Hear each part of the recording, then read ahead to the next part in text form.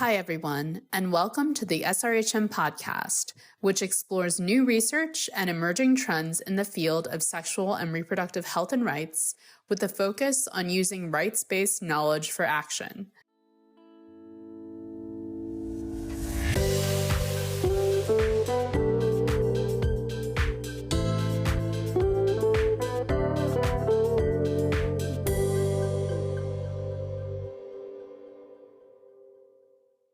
Good morning, good afternoon, good evening. Welcome to the Sexual and Reproductive Health Matters podcast series. I'm Eszter Kismődi, Chief Executive of SRHM.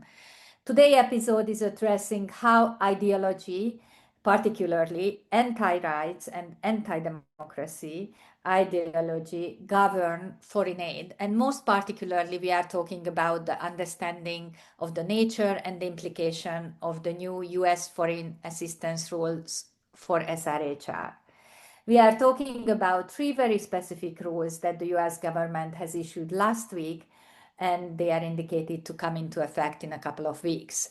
Protecting life in foreign assistance, combating gender foreign assistance, and combating discriminatory equity ideology in foreign assistance. These policies are referred to collectively, according to the government, as the promoting human flourishing in foreign assistance. Promoting human flourishing in foreign assistance. It's mind-blowing. This rule is necessary to secure the foreign policy goals of the United States enshrined in the Geneva Consensus Declaration on promoting women's health and strengthening the family, according to the government. In reality, however, they are sweeping expansions of the global gag rule, also known as the Mexico City policy, under the banner of protecting life, significantly expanding the restrictions related to diversity, equity, and inclusion policies and gender identity rights, how organizations can receive and implement US foreign assistance.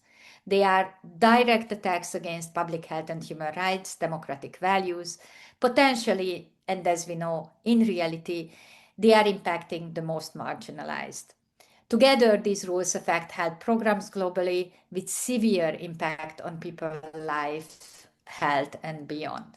So to explore how to understand these rules, the context, and the implications, I'm joined today by Dr. Elizabeth Sully, Director of International Research at the Guttmacher Institute, by Amy Friedrich-Karnik, Director of Federal Policy at Guttmacher Institute, and Mina Barling, Director of External Relations at the International Planned Parenthood Federation. Thank you all very much for joining this conversation. So to start unpacking the nature, content, and the implication of these new rules, I'm turning to you, Amy. Can you start us off to starting to understand the context and the content and nature of these three new foreign assistance rules in practical terms? Over to you, Amy. Sure, and thank you so much for having us. I will do my best to kind of distill this crazy policy at a high level as best I can. As you noted, this policy really is a gross expansion of the Mexico City policy. And within our US context, it was released as three separate rules, as you noted. But I really think it's best to think of it as one overarching policy. By way of very quick background, the Mexico City policy restricted foreign NGOs that received US global health assistance from using that funding or any of their own funding to provide or promote abortions. This new policy that has been released is a huge expansion of that. First, this now applies to all non-military US foreign assistance, so far beyond just global health assistance. It also applies to more entities, so it still applies to foreign NGOs, but now it also applies to US-based organizations, international organizations, and foreign governments. And it now, in addition to abortion, it prohibits recipients from engaging in many more activities, as you noted, related to gender equity for LGBTQ folks and to activities that the Trump administration considers advancing diversity, equity, inclusion. So I'll dissect that just a bit here more. The rules do apply slightly differently depending on the entity. So as it relates to foreign NGOs and international organizations, that is where it is the most extreme application of the policy. Any of those entities that take U.S. foreign assistance will be prohibited from engaging in those activities with the funds that the U.S. gives them, and with any of their own other funds from other sources. And they have to pass this policy down to all the subrecipients of any of their funds. And we'll get into the implications of that in a minute. As it relates to US-based organizations, they also cannot use the funds for any of those activities, but they have a few less restrictions on how their funds and their speech can be governed, although with many barriers, but there's a whole set of rules for them. As it relates to foreign governments and direct bilateral assistance from the US to another government, the policy is the most lenient, and it says that foreign governments may be asked to comply with the policy. And if they do, they will have to keep that funding in a separate account. But the rest of that government's funding would not be implicated by the policy. In all of this, the rule says that there are waivers that are possible, but the process criteria is still unknown and hasn't been specified.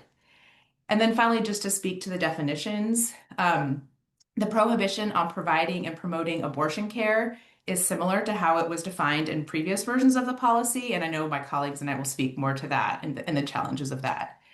This new prohibition on what the administration calls promoting gender ideology, this now means that recipients would be prohibited from providing gender-affirming care, providing counsel or advice about options for addressing gender dysphoria.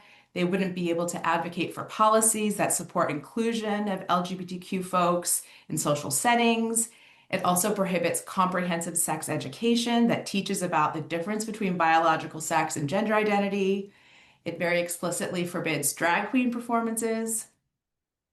And then the prohibition around diversity, equity, inclusion is perhaps the most ambiguous and potentially far-reaching, because it prohibits the use of race, color, religion, national origin as a characteristic for criteria when it comes to employment, contracting, program participation, resource allocation, training, or any similar activities. So in other words, a program that may target a population that is traditionally underserved could be in violation of this policy. So that's kind of the totality of it. I'll hand it over to my colleagues to discuss more, but that's essentially what is in the new rules. Thank you so much, Amy. So I'm turning to you, Beth, now that the Guttmacher Institute, IPPF, SRHM, many organizations, governments has been documenting the impact of the the global gag rules and last year executive orders. We have a lot of data and documentation. Why do we care about these rules? So can you just talk about the impact? Why do we care about these rules? Yeah, I mean, to talk about impact, we have to look back at the prior iterations of the policy and think about how they played out and what we learned. And on one hand, that feels like not as informative as it could be, because as Amy described, like this is an entirely supercharged global gag rule, massively expanding the funds it applies to and the types of activities it's prohibiting. But at the same time, we have for decades now experienced this policy coming on and off again, and this approach of conditioning aid to inhibit rights, whether it be abortion rights or now a much broader set of rights that are being prohibited by the policy. And I think I want to sort of focus on two things that we've learned from research over the last especially the last iteration of the policy in the first Trump administration, that can be really informative in thinking about how impacts are going to play out.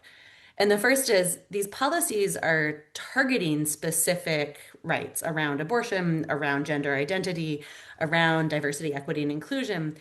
But our health services and our programs do not operate in silos. And so even though those are the targets of these policies, we have learned through our decades of research that it expands much greater than that. We see ripple effects across the health system. And because of the massive expansion this time, I think we are going to see even larger ripples in how this is going to play out and impact services and programs within countries. And the second, and I'll talk a little bit in detail of what we saw last time and what that looked like. The other thing I think is really important is the risk of overcompliance. And we've seen that time and time again of people overinterpreting how strict the policy is when it is or when it isn't in effect, when it does or does not apply to them. And that in itself just causes even greater harms.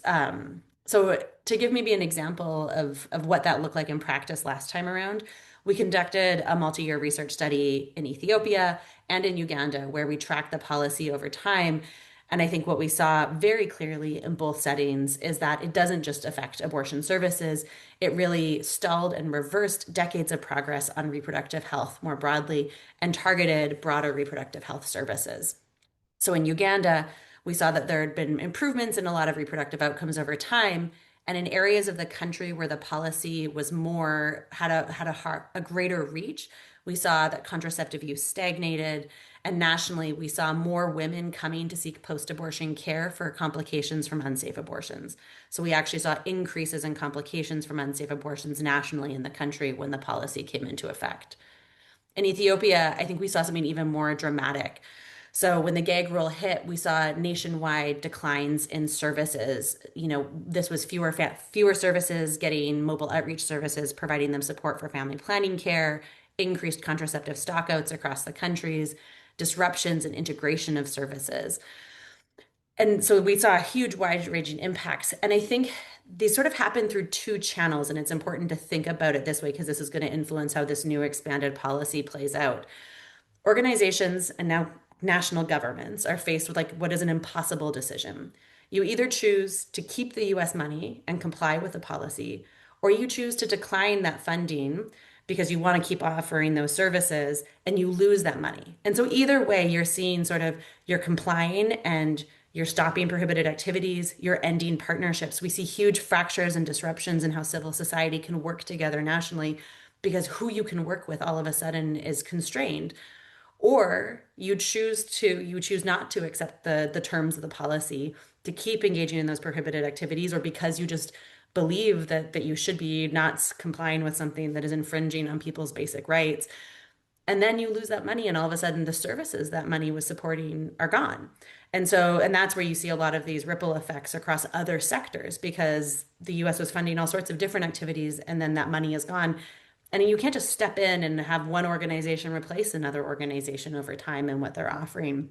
And so I think that you have this impossible scenario everyone's going to face. And I think about the moment we are in now with other donors decreasing their aid and how reliant people are potentially on US funding and how coercive these policies are in forcing them to make that impossible choice. And then I think there's a second point I was saying about over implementation of the policy and the risks that come with this. And we see it again and again, this chilling effect of even when the policy is removed, we still see its impacts playing out because organizations don't know. It's not immediate. That when you've disrupted partnerships and networks within countries of who could work with who and what conversations were taking place, that doesn't just change overnight.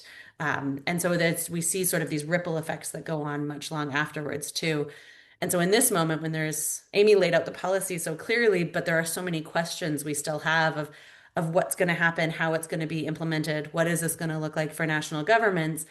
And that confusion can lead to over-implementation. There's this risk that the policy could be even worse than it is because of the confusion. And so we need to really, I think, be in conversation right now and figure out these details together to avoid that. Thank you so much, Beth. So I'm turning to you, Mina, now. Can you please further contextualize the political understanding of these rules in a global setting? IPPF has been for decades and decades documenting the anti-rights, anti-gender movement, but also working with member associations of understanding how it plays out in different countries and how it's imposing different ideologies. Over to you, Mina. Thank you. You're right to point out in terms of the interpretation of the policies, Beth, and Eszter as well, in terms of how the member associations respond to these moments. This is very cyclical, as others have mentioned. And there are reasons that IPPF and other organizations like MSI, why we refuse US funding under the Republicans. And it is because of this.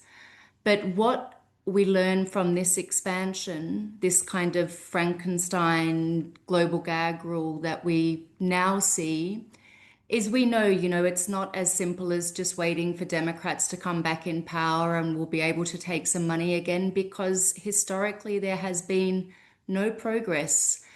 And we are stuck here again with a global gag rule. We have not asked enough from the political establishment in the US. And it's true, organizations do rely on US funding. And I think as a sector, as healthcare providers, as people invested in development, we need to be having other kinds of conversations that go beyond the violence of these policies. We need to be talking about debt relief. We need to be talking about the conditionality and how it impacts countries' own development. What we see with this policy, especially, which is particularly awful, is all of those years of investment by fossil fuel companies in the anti-trans work that they've been doing, which has divided the women's movement. It's now sort of like a sick joke where we see this policy sort of slammed at us that attacks both of those parts of the movement, and also with the DEI pieces that we see. And I just think we would be very naive to think that there is a way out of this. We're in this kind of gridlock. For our sector, we end up analyzing ad nauseum the intent of the policy, and we go back to it again and again, and it just doesn't change. So we're sort of left in a place where we have to start thinking through beyond this. What does it look like? What's clear with this policy and the timing, as we're running against a clock, is that there are the MOUs, the discussions, the compacts with African member states. And what we're hearing from what is in them, and we're also trying to understand them, is that we're seeing things like the Helms Amendment in there, which is a piece of policy that both parties carry through. So we can all agree how terrible Trump is. We know that, but we're looking at a much bigger systemic issue that if we can't find our way out of this, out of the sort of micro-analysis and towards the bigger sort of pathway that is before us, we're in really big trouble. What we know about the MOUs is it's really an assault on national sovereignty. So it's not just these sort of hostile policies that are forced through this, but those MOUs are absolutely about extracting resources, oil, all of these things. And our bodies, as ever, are the sort of football that's kicked around by different political parties as they proceed with this. So the big question for service delivery organizations is, how can we provide a sustainable solution that gets us away from the instrumentalization of our issues? So they're the sorts of discussions we're hearing outside of the US, especially from healthcare providers.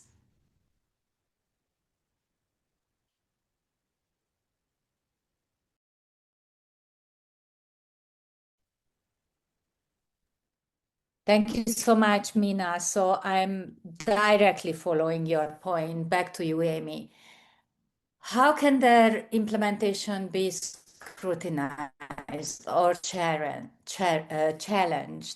So you are talking from a domestic point of view because it's a domestic rule that is made in a domestic context that is applying to foreign aid and impacting the whole world or big part of the world. So how can they be challenged, whether through legal avenues, congressional oversight, maybe, although I don't think that the US cares about international norms?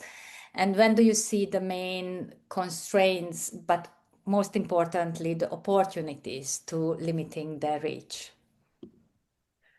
I appreciate the question, and as a advocate in Washington, I will say that we will advocate with Congress to try to overturn these rules, of course, try to raise awareness.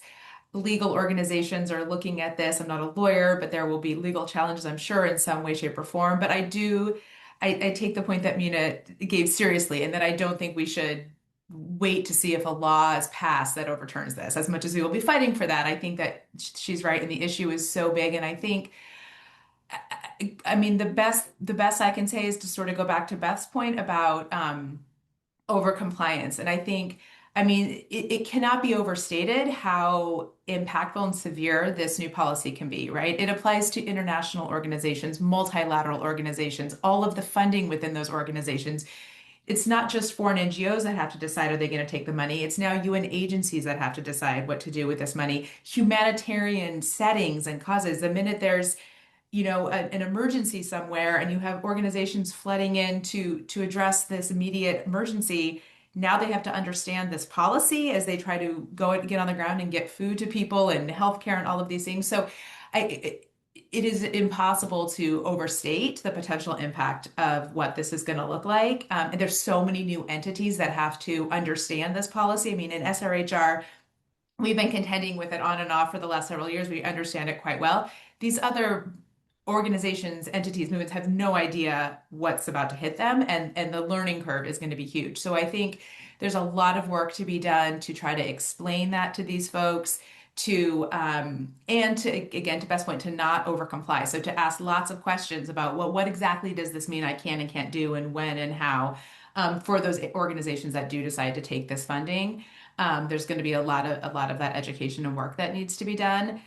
There are waivers, so we have yet to see if that's going to make an impact. I do think those would definitely be used as leverage by this administration to continue to try to get what it is they want from other players.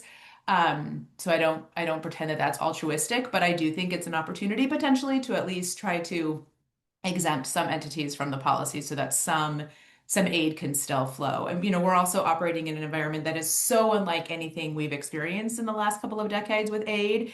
And just even understanding what the flow of foreign assistance is going to look like coming out of the United States without USAID is just a big question. So I think there's a lot of risk and a lot of questions and unknowns about how this is going to play out. And I would just urge entities to not overcomply, to think deeply about it, and make those considerations. I was thinking about what other countries can be doing right now, because I think Amy's point about this applying to multilaterals and UN agencies, like every other donor that is giving any aid, their aid dollars are now being conditioned by US ideology. And I think that should be of a concern to countries everywhere. So it's either you've given money to the UN, you're giving money to an organization, and all of a sudden what that organization can do, what that UN agency can do, is being dictated by the US, one single country in a system that is supposed to represent all countries. And that should, I think, be of grave concern, or when it applies bilaterally to countries. So there, I think Amy's point of, it does say we may ask countries to sign this. They're not saying they're going to ask all of them. And so I think there is leverage there in countries to say, we want a waiver, we don't want to sign, to be pushing back, because this is really the US exerting control over what the rest of the entire world can do, whether it's a donor giving money or a country receiving money. And there's power in numbers, there's power in pushback. And I think it's just I think Mina's point really is, are countries willing to push back when it comes to women's bodies and people's rights and basic reproductive rights for all peoples? And that's, I think, the fundamental challenge of it all. Staying on this point, Elizabeth or Beth, both SRHM Guttmacher is operating with evidence, IPPF as well, but IPPF is very operational on the ground. Just saying a little bit about the ideology and the evidence. I mean, it's mind-blowing that we have decades of evidence now, for example, knowing that restricting abortion doesn't lead to less abortion, but only affects whether it's safe or not safe. We know how much in restrictive context, maternal mortality grows. In liberalized context, it goes down. I mean, we see that how the most marginalized is affected. As Mina pointed out, I mean, it's also on the global community to figure out how accountability can work out differently. The countries, Ethiopia and others, knows they just liberalized their abortion laws on public health ground. They cannot step back from ensuring human rights to their populations, especially women and girls, ensuring human rights, dignity, safety, security, the right to life for LGBTI populations. But this whole inclusivity and exclusion policy goes for people with disabilities. It goes for marginalized migrants, refugees. I mean, it's really affecting the most marginalized. So Beth, how we can still operate with evidence? I mean, can you give a couple of examples when actually it's complete. All these 50, 100, 150, I couldn't even go through how many pages of documents, purely ideology-based, dismissing any evidence, what we have today, but it's mind-blowing. How can we work with the power of evidence in this situation?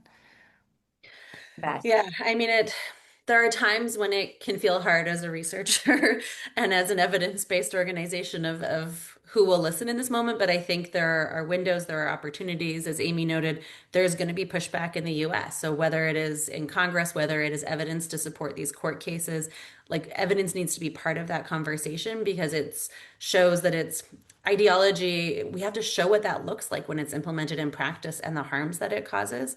And so I would say like it's more important than ever because we need to be pushing back and we need evidence in our toolkit as part of the strategy for doing that.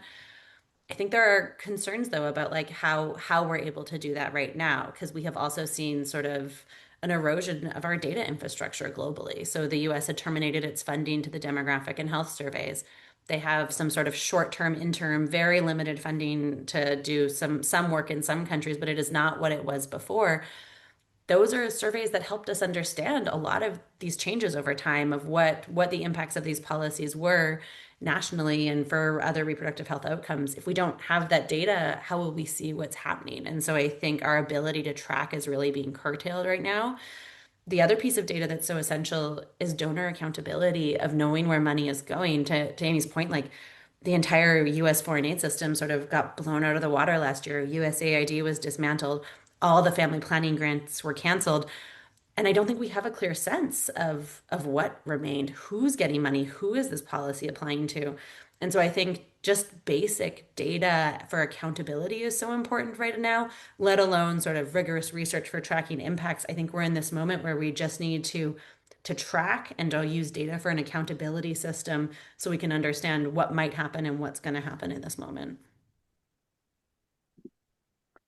So coming back to you, Mina, what can we do from the movement perspective? What health service providers, the organizations whom you are working with, both from the advocacy and service provider perspective, who are very often regionally united, globally united, nationally united, what are the entry points when we can, even before they are becoming effective? We understand that it's very important to understand and prevent the overreaction. But what can we do from this point on? What are you doing from this point on that can mitigate the damage that these rules can cause?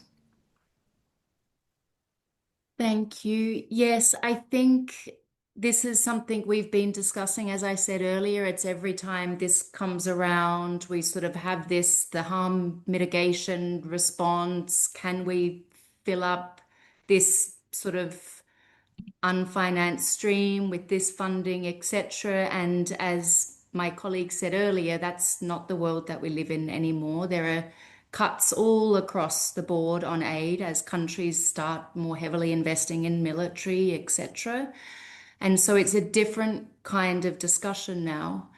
We sort of have, and I am as guilty of this as everyone, but we speak in terms of the ideology because we are also wrapped in our own, I'm deeply committed to my ideology, to human rights, to everything that we sort of wish for this world. And we have expected that in return from other places, and it's just not what we're getting. And I think what we see in this expanded policy is for Trump and for many American politicians, this is not about their ideology.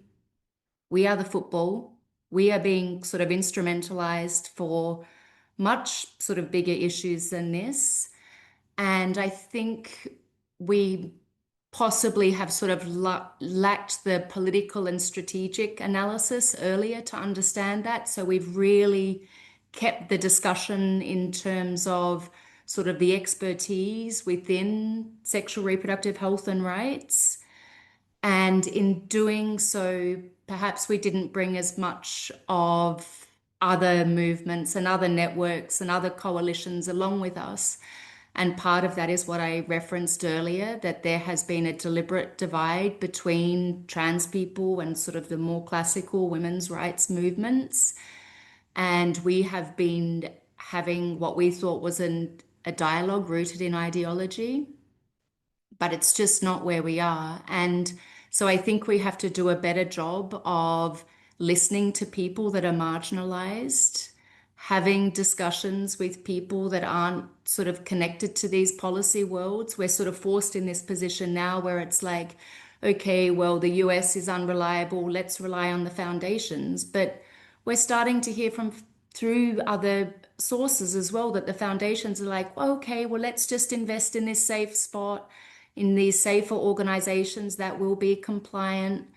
That is not a strategy to a functioning global health architecture. And so there's a different sort of discussion that needs to be happening outside of this. What is the global health architecture? Who should be leading those discussions? And I think the misstep is we've been too reliant on a country that doesn't have a functioning health system itself. And we've somehow assumed that it's okay that we would accept that expertise. But let's really start thinking through where are the countries that have a better health system, that have a better record in terms of providing for the communities most marginalized, that have a vision for the world that is beyond being a military power.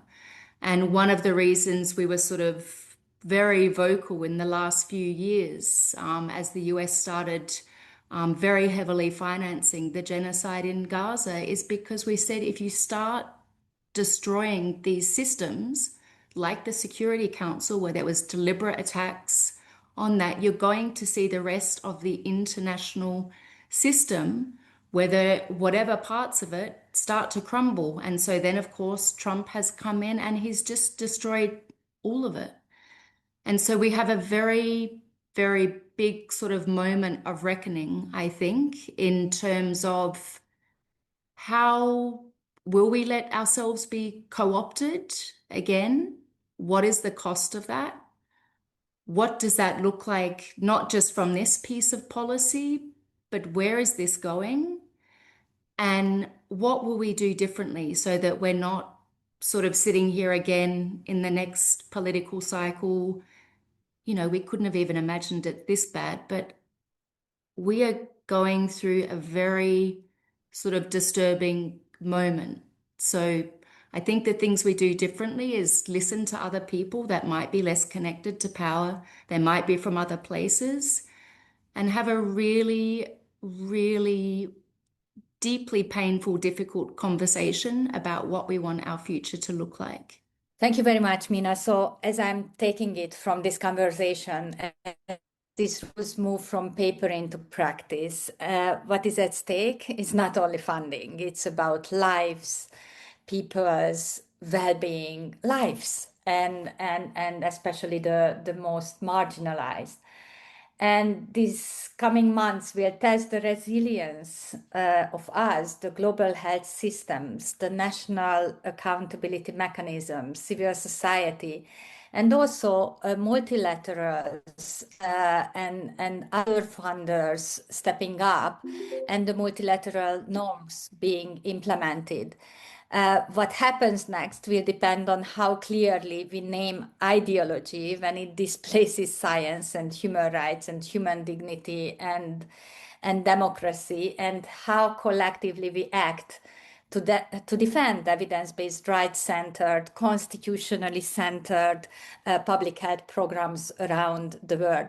Thank you so much for being here today, and we are looking for other conversations. Many webinars and many conversations are centered next week, when we can see the thinking of global experts, those who are most impacted around the world. So being tuned to look at the spaces of all our movement, the sexual and reproductive health and rights, and the democracy movements, to expand these conversations in different spaces. Thank you so much for being here today.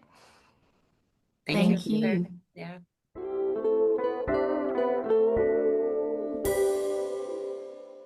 Thanks for joining us for this insightful conversation. Please check the show notes for a link to the SRHM journal, which is available online and open access. Follow us on social media and sign up for our newsletter to receive notifications for new publications. If you're enjoying this podcast, please subscribe, give us a rating, or leave a review. Sharing evidence-based and rights-grounded knowledge is our passion, and it's also critical to support the advocacy and actions that need to be taken to improve SRHR for all. We would very much appreciate it. Thank you for supporting the SRHM podcast, which is produced by our staff. The music was composed by Tiber Christian and Salomon Beautond.